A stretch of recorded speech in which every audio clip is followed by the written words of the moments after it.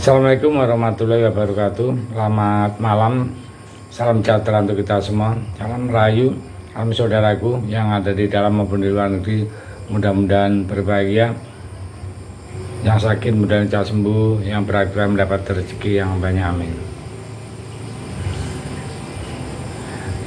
Saya mendengar program Pak Prabowo itu, gimana ya?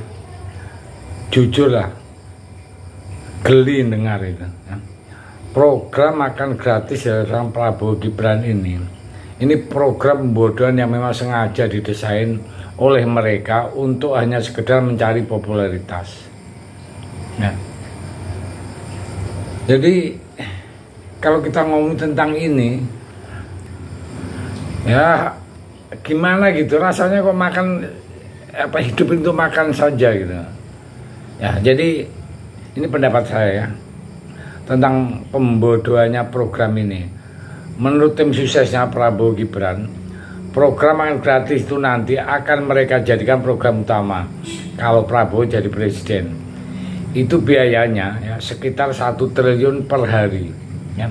Gila kan, 1 triliun dibagikan dalam bentuk makanan ya. Jadi kalau sebulan berarti 30 triliun. Nah, kalau 1 tahun 365 triliun. Kalau Prabowo jadi presiden, maka program makan gratis ini akan menggunakan dana negara 365 triliun per tahun dikalikan 5. Jadi hampir 2000. Nah, bayangkan aja selama 5 tahun itu hampir 2000 makan saja.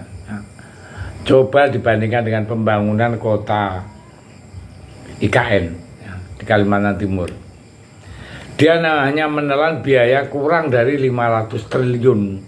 Nah, pembangunan kereta api cepat saja hanya memakan biaya 12 triliun. Nah, juga utang ini akan makan gratis habiskan dana 2000 triliun terbuang begitu saja tanpa ada nilai tambah apapun selain hanya menyenangkan perut orang tetapi otaknya kosong.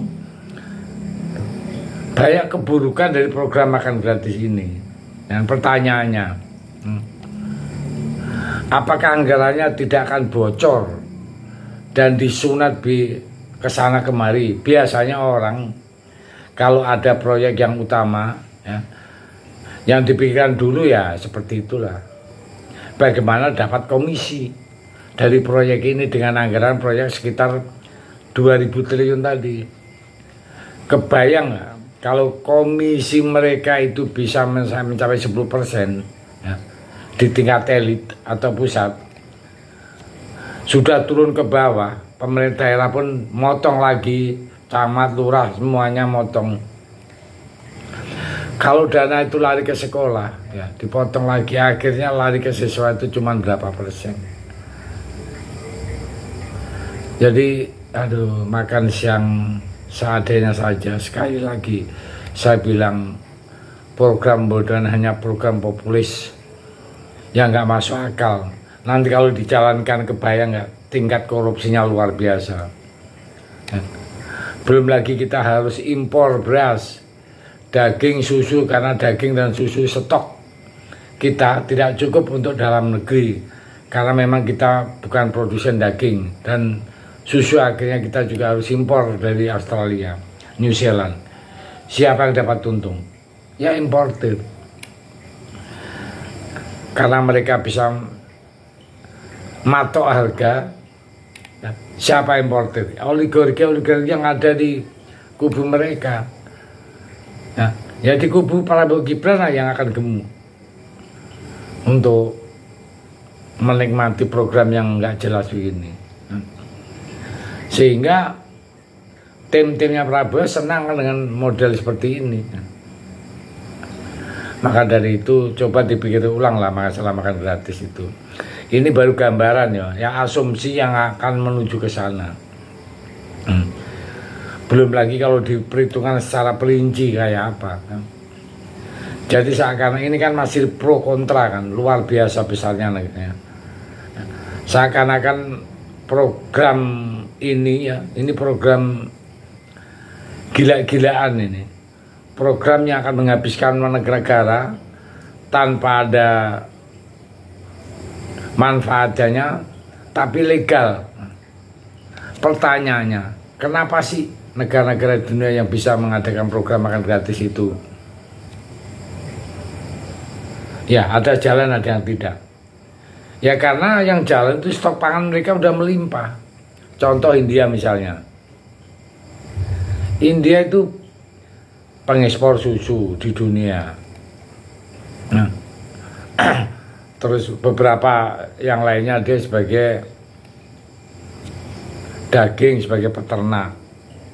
Jadi yang buat program seperti ini memang negaranya siap untuk produksi sendiri. Nah kalau kita beras masih megap-megap, artinya ya kadang bisa ekspor, kadang tidak. Daging, susu semuanya impor. Halo. Nah ini namanya membuat peluang ya, program yang membuat peluang untuk dikorupsi jamaah.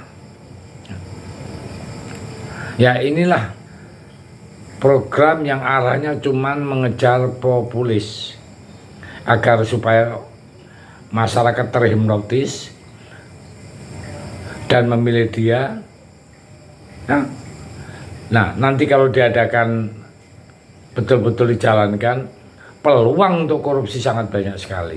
Nah inilah, ini program betul-betul mengkhawatirkan sekali. Ya tapi kita tergantung masyarakat kita.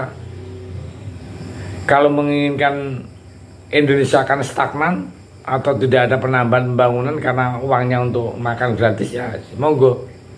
Kalau saya punya pendapat seperti ini, gambarannya seperti ini, berdampak ke negara seperti ini, udah jelas kan? Jelas kan?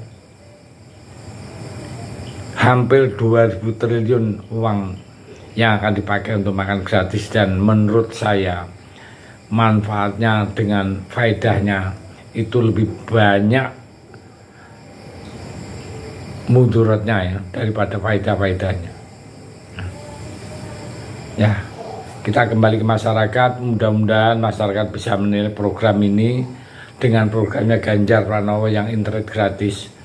Kalau internet gratis bisa menghidupkan UMKM, digital, ekonomi digital semua berkembang dengan baik. Jadi itulah kita mencoba memberi gambaran tentang program makan gratisnya Pak Prabowo. Mudah-mudahan rakyat Indonesia cerdas semua, bisa ngerti apa yang dimaksud ini ya. Terima kasih. Mudah-mudahan bermanfaat. Merdeka.